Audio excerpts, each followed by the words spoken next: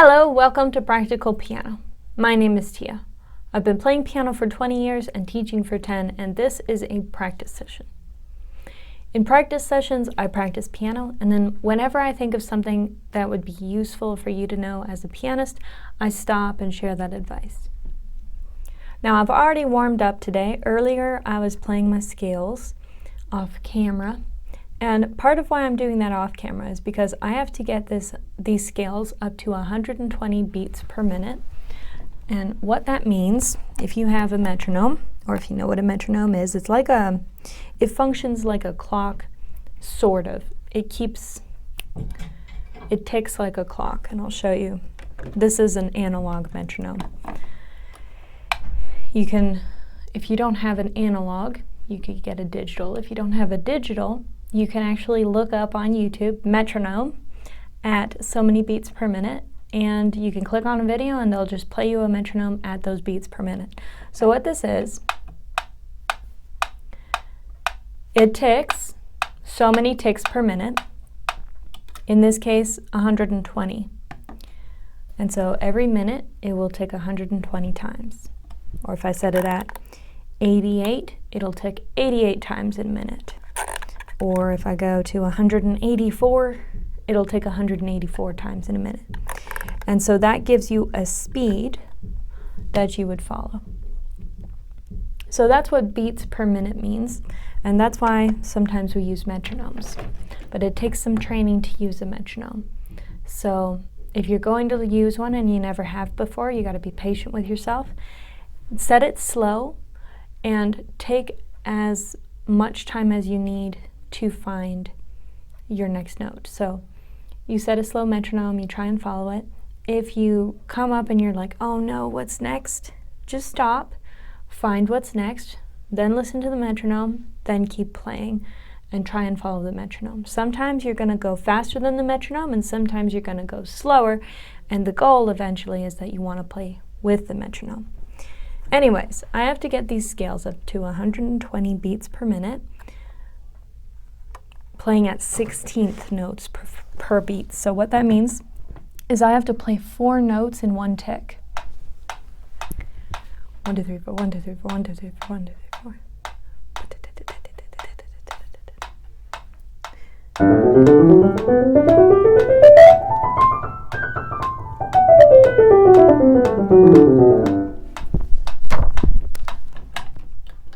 So I can play to 120 beats per minute with 4 notes in a beat, but it's not very good. It's a little bit sloppy.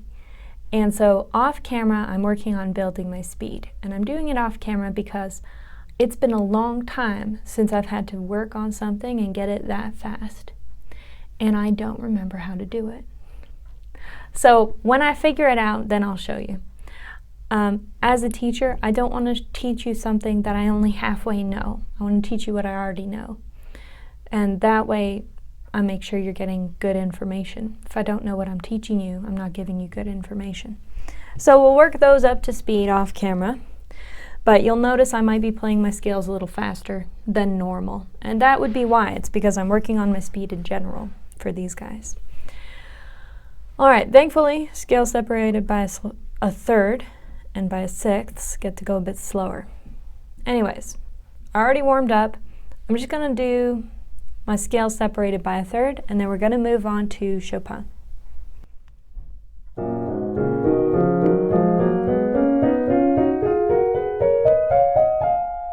Wrong fingering.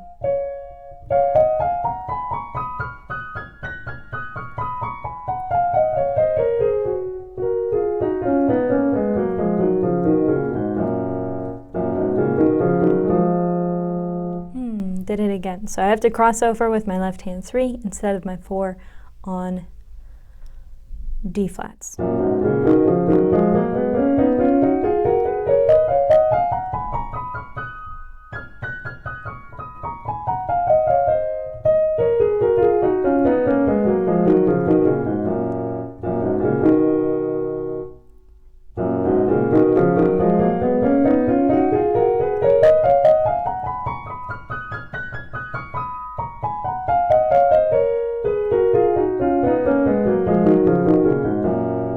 Sometimes I'm playing C instead of B, so when you hear a wrong note, that's what it is. I just did it again.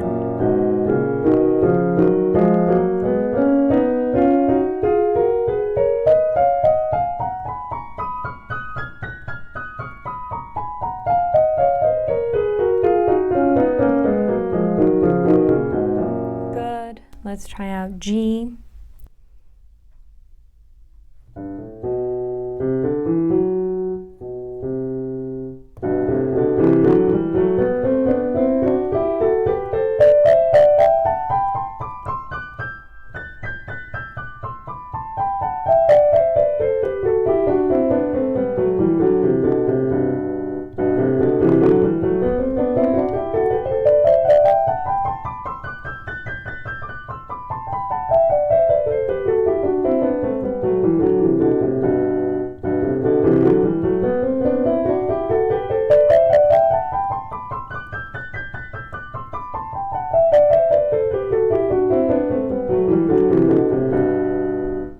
Good. A flat. Trying again.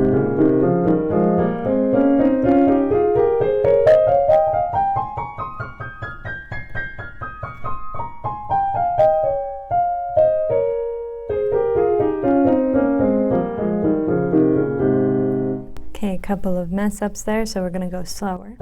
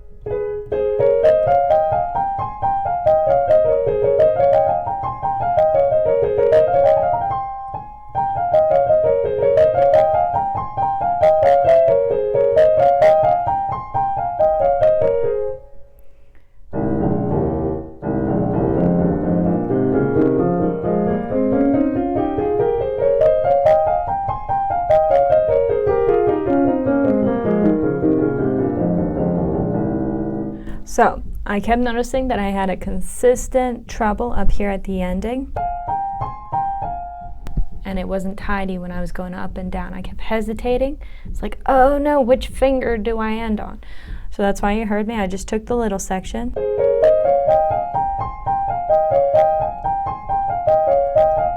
So that's why you heard me just take the little section at the end, drill that a bunch until I was good at it, and then I played the whole scale and included it, and it went off much better. So when you're having trouble in a spot, take that one little spot, hash it out, then put it back together. All right. We're going to start with Fugue. One of my commenters said she's already liking Fugue, and I'm happy for you that you're liking it. I'm still not fond of it, but I'm sure it'll grow on me as we go. Okay, let's see.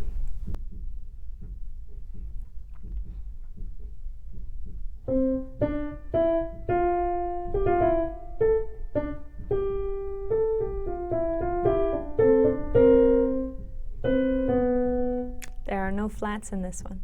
Okay, let's try this again.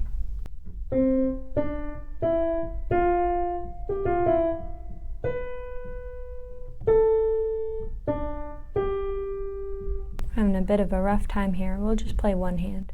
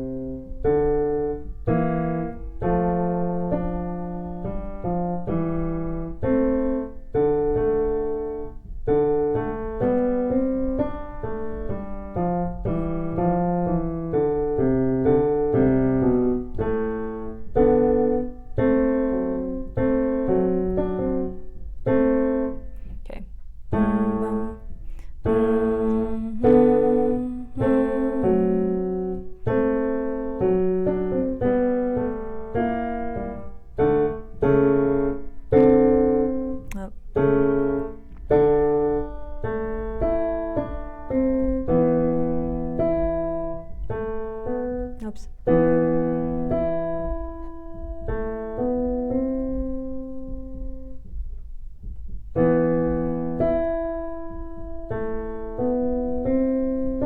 Oh, okay, my timing is off. That's what it is.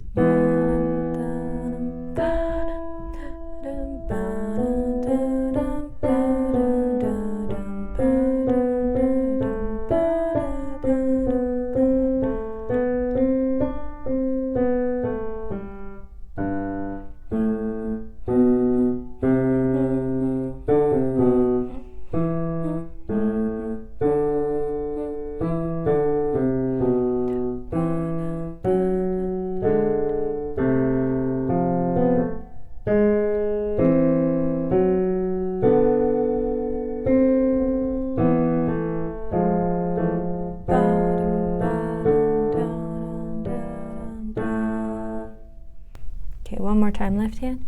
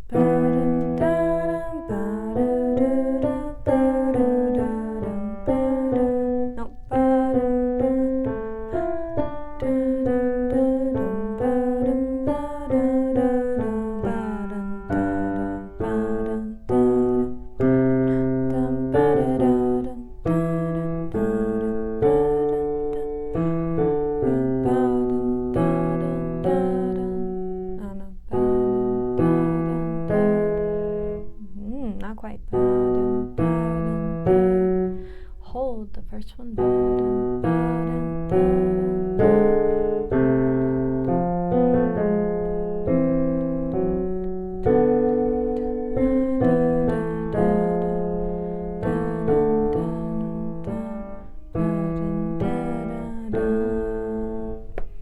Okay, let's do just the right hand.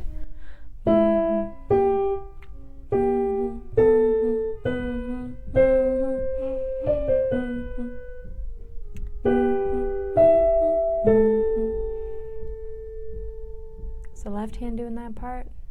Oh boy.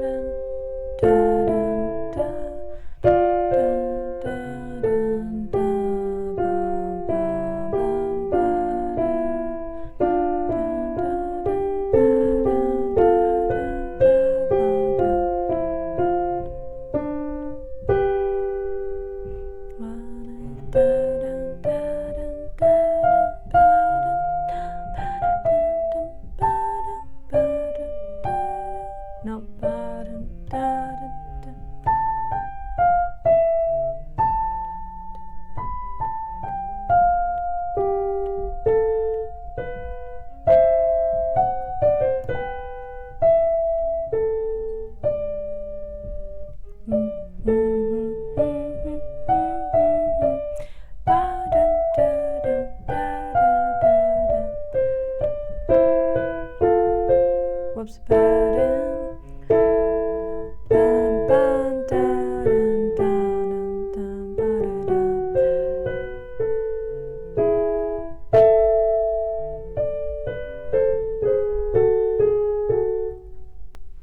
Threw off my timing there. Da-dun, da-dun, da-dun, da-dun,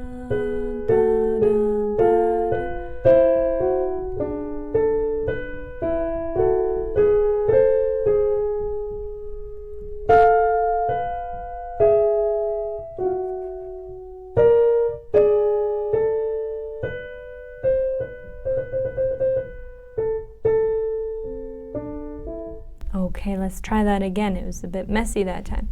Ba-dun, da-dun, da-dun, ba-dun, da-dun, da-dun, da-dun, ba-dun, da-dun, ba-dun,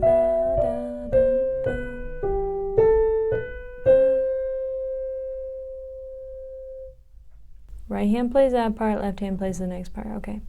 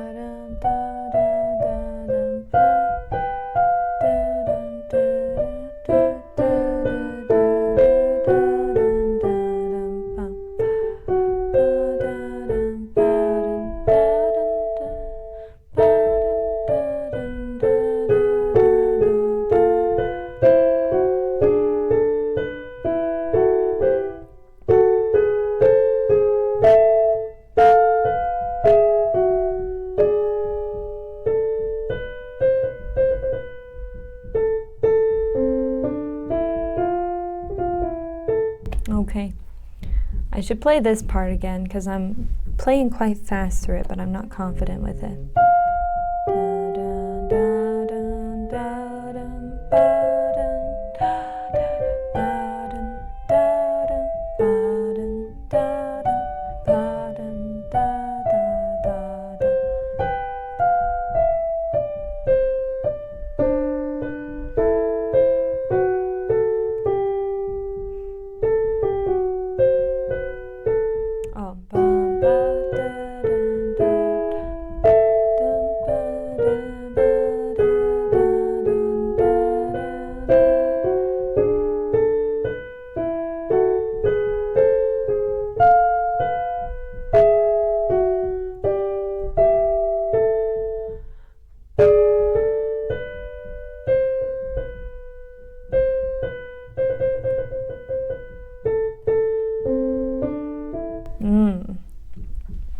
Okay, we're going to start in the part where it goes fast so that I can measure it.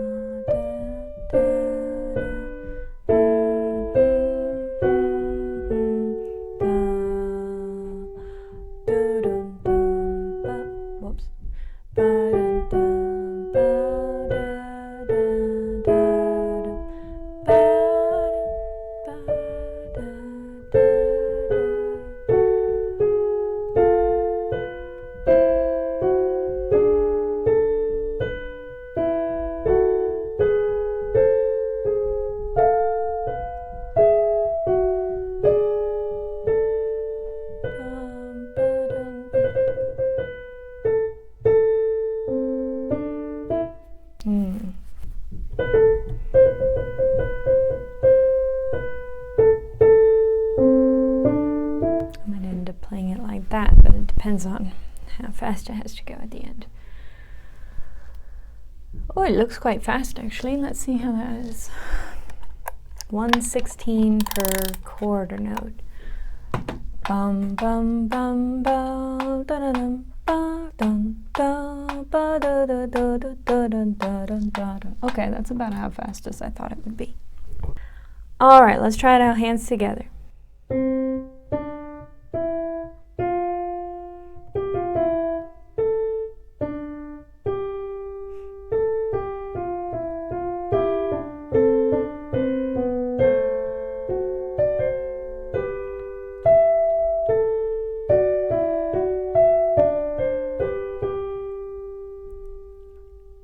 G.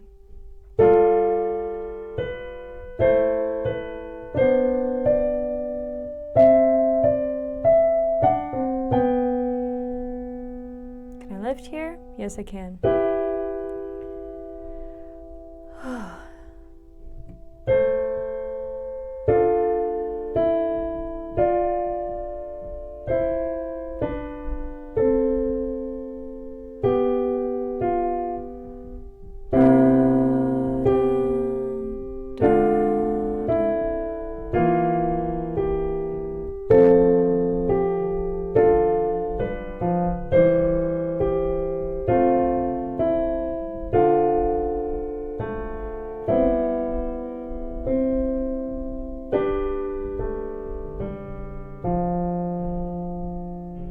Hold that one.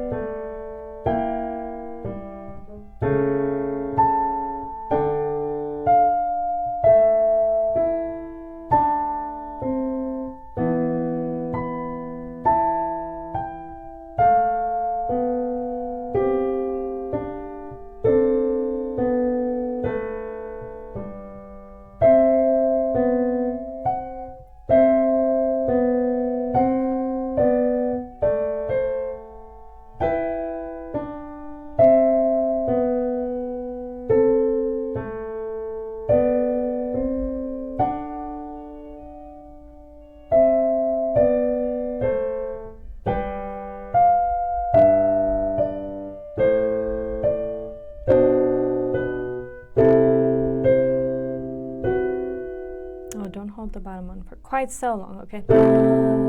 Lift.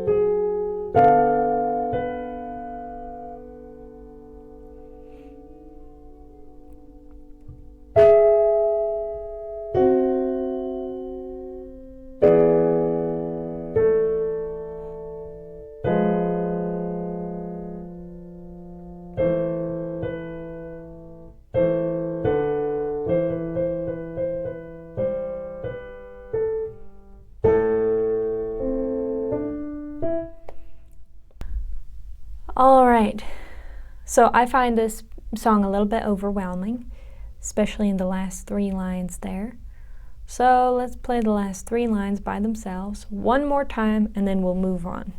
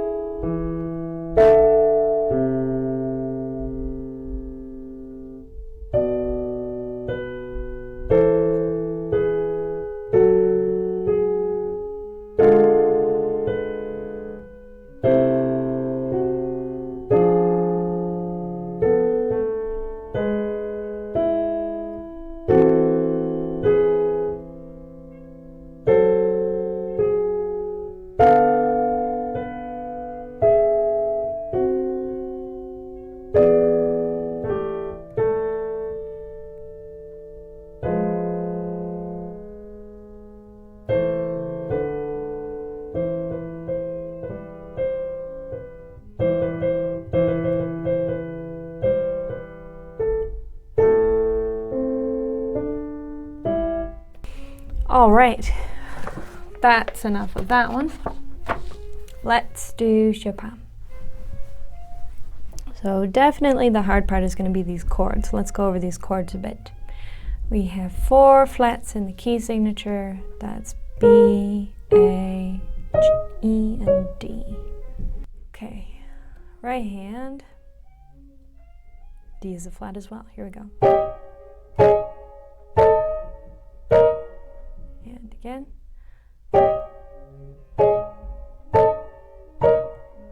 Bum, bum, bum, bum. Oh, nice. Good. Good, good. Last time I played it was much harder.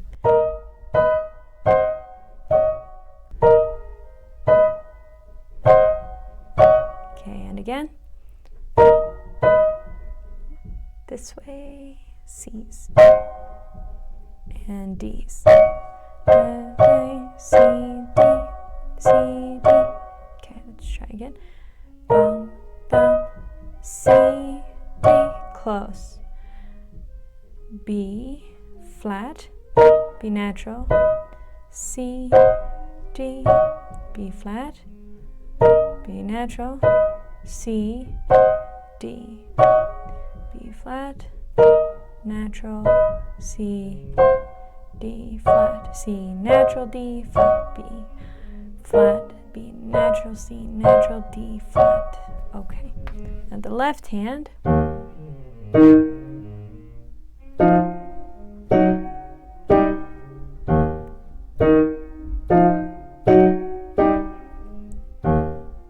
E flat, F,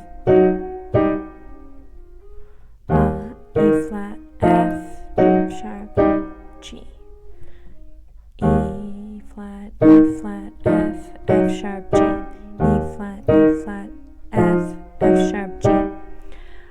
Often when you have really difficult passages with a lot of notes and you find, oh, I keep having to stop and think about all these notes, when you have passages like that, it can be easier to memorize them rather than to try and read them every time. And so that's what I'm doing here. I'm watching my hand.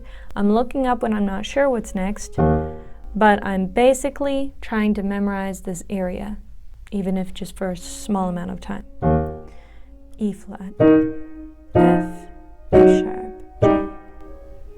And it can help to talk to yourself, to give yourself verbal prompts of what it is you're playing. But not everybody is like that. Try it though and see if it helps. Okay, next one is, that one's easy. G, A flat, A, B flat. Okay, hopefully we can do these together now. Let's see. So the first one, there we go. E, A, ooh, F and A flat. Oh, I did that right. That's nice. Okay, let's try again. E,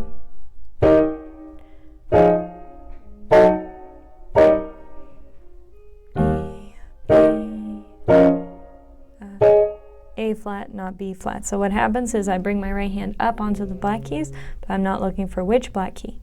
And later I play a B flat, but now I play an A flat. So I have to watch out.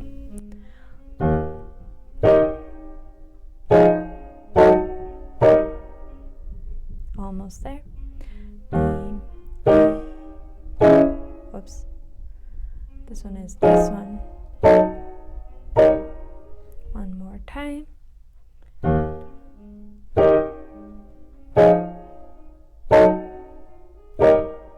Yeah, we'll do it slow and we won't even look up. Let's see.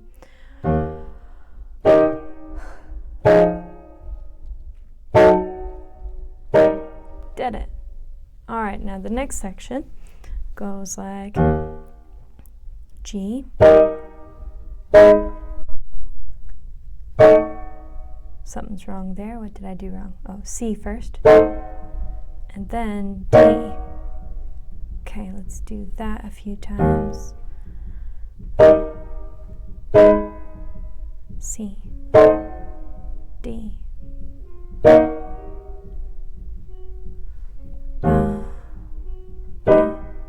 No! What did I do? B flat. The first one has a B flat. The next one has an A flat and a B natural. Okay, we'll try again. B flat for the first one.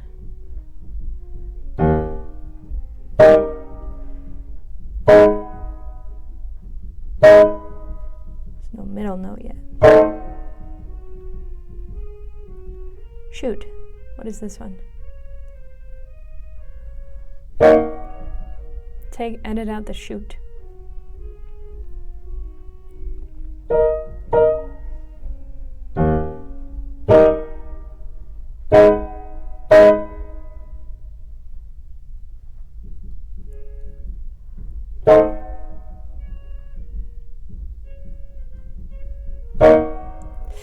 Okay, that one is much harder. But we gave it a bit of practice. We'll move on and play this whole section.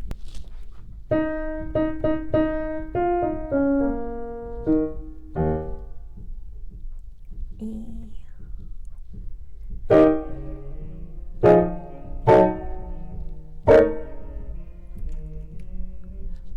B is right. G. Okay, let's try that again.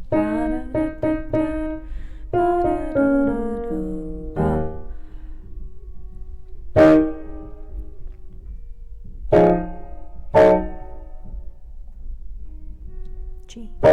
Good.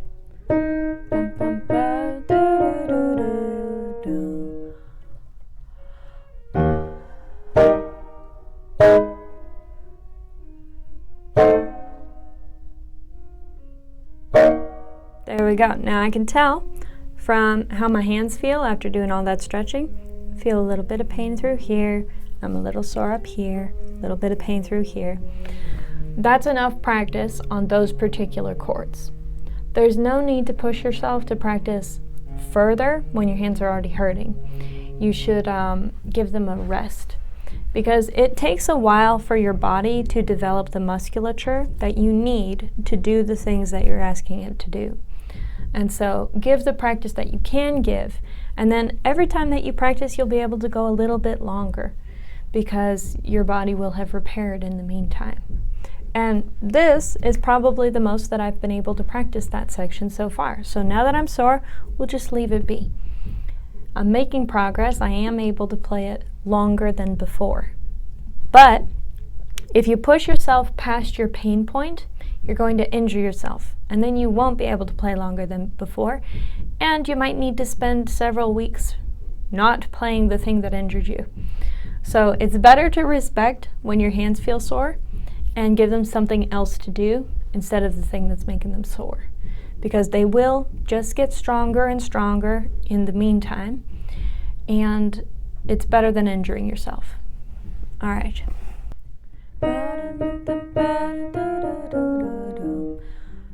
This goes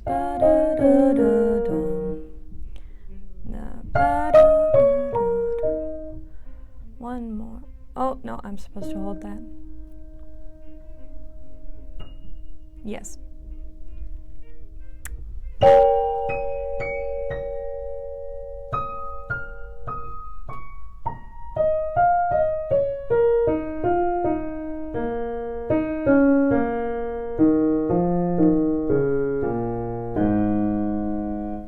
Okay.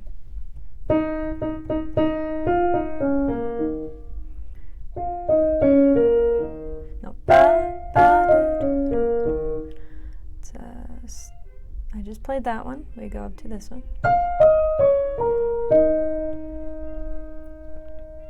And this chord is not quite. Oh, how long do I hold this? Let go.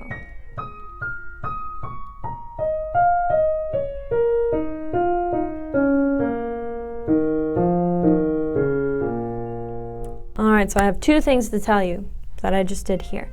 Now the first thing was when I said, how long do I hold this? Now I figured it out and I said, let go here.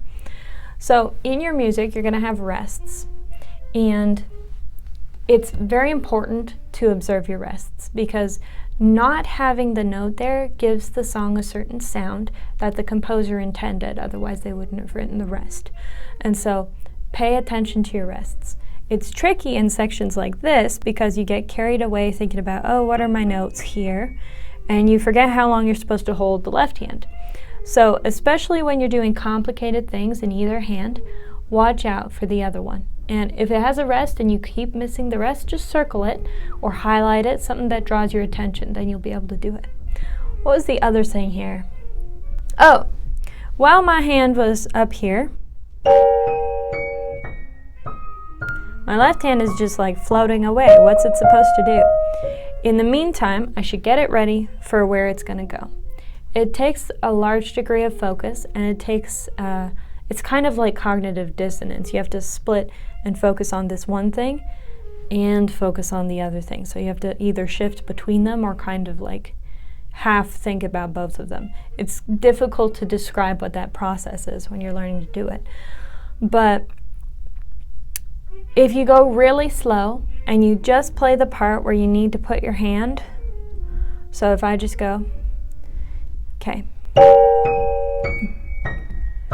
Now, while I slow down here in the right hand, I'm going to think about what note I need next in my left, and now I've found it. And where am I here? I got lost. So I'm on B, I'm going to keep going. So when you get lost like that, you just go, okay, where was I? You find the closest place to where you think you were, and then you keep going. Oh, where am I now?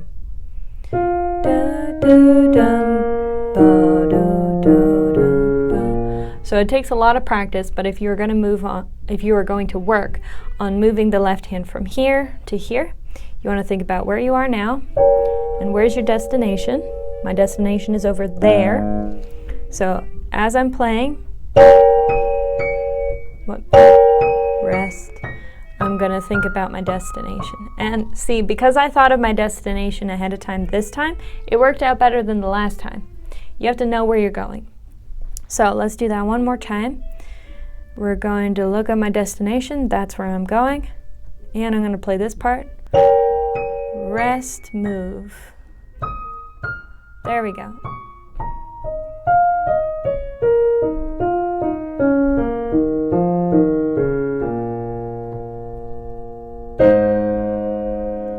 Okay, and then it's okay that I had a little hesitation here because the goal when I played this section was to move my left hand.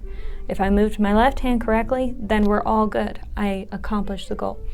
If there's something specific in a practice spot that you want to accomplish, focus only on accomplishing that thing. And then if there are other mistakes, you can stop and fix them. Or if there's a hesitation, you can just hesitate, find out what's next. As long as you get that one thing, you've actually succeeded with that practice spot. If you succeed in this practice spot was about moving my hand. So if I succeed in moving my hand, and I do it several times and I get better at moving my hand, then if the mistake that happened up here kept happening, then I would go, okay, we've done a good job at moving the hand. Now we're going to practice it and fix this other mistake. You don't want to, if you're practicing to fix one thing, don't get distracted. You can fix the other things later. Just fix that one thing. Because whenever you can give yourself one focus, you're going to achieve that better than if you let a lot of things pull at you. Okay, now I've succeeded in getting to the left hand here, and I want to be able to move my right hand from here to here very effectively. So I'm just going to do that a few times.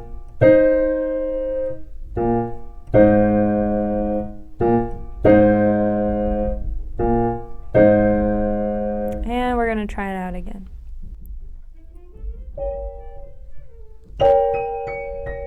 Oh, I held it for too long. Rest.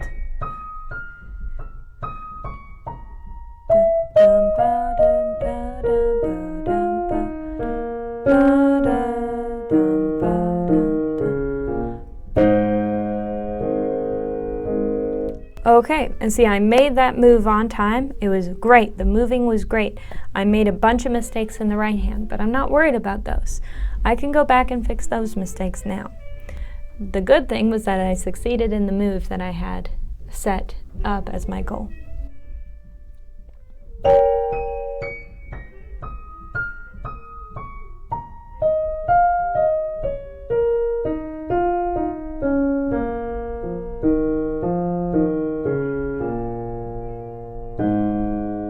No. Okay, now I fixed all the mistakes, but I didn't get the move because you can only focus on one thing at a time. Let's try again. No, ba-da, rest. Ba-dum, da, ba-da-dum, ba-dum, bum, ba-da-da, ba-dum, bum, bum, dum, bum, bum. I got better at the moving, but I put the pedal in a little bit too early. Okay.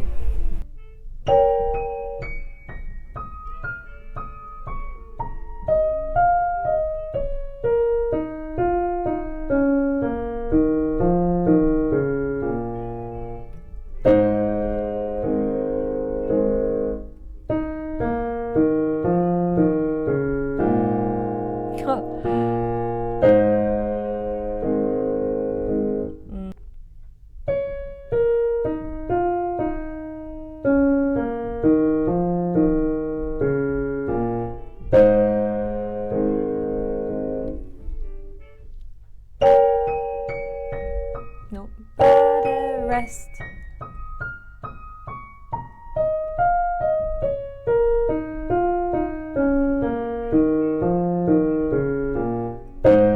Did it.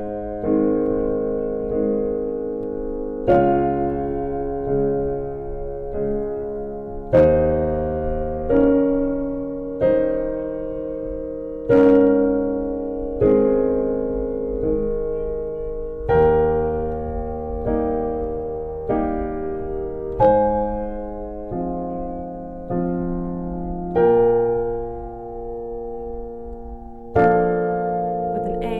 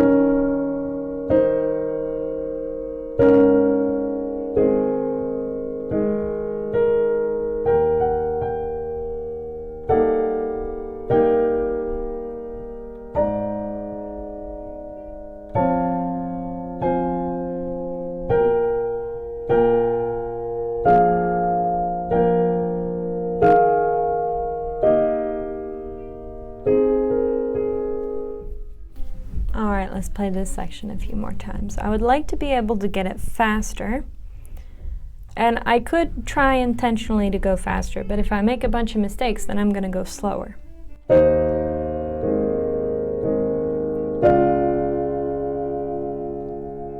We'll try again.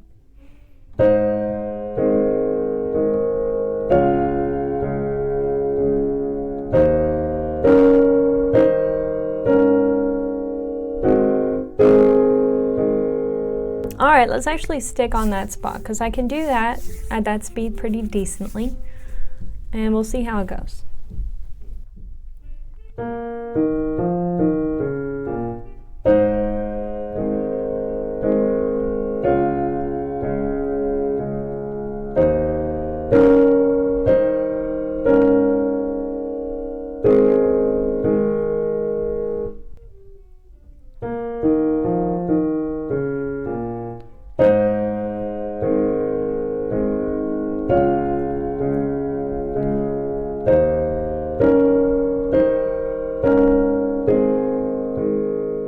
Good. See, because I'm focused on speed in one area of my playing, now I'm trying to incorporate it in different areas. And you might find that when you practice on different things, you start to incorporate those different things into all of your music, which is good. But I have to be cautious that I don't work on speed in sections where I need to work on accuracy.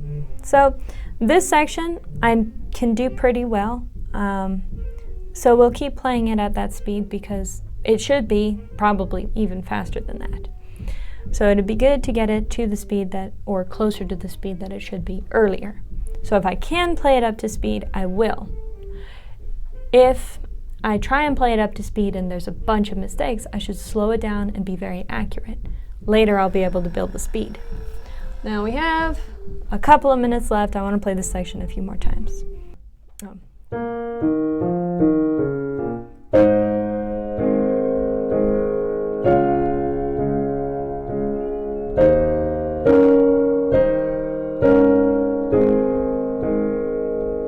That felt very good. Okay, let's do this again.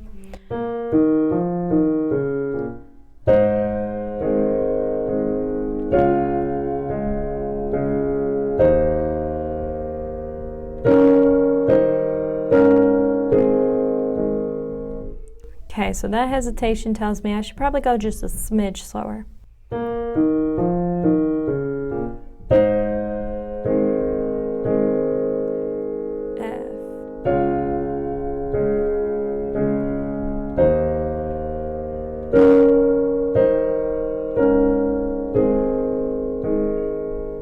All right, that's good enough.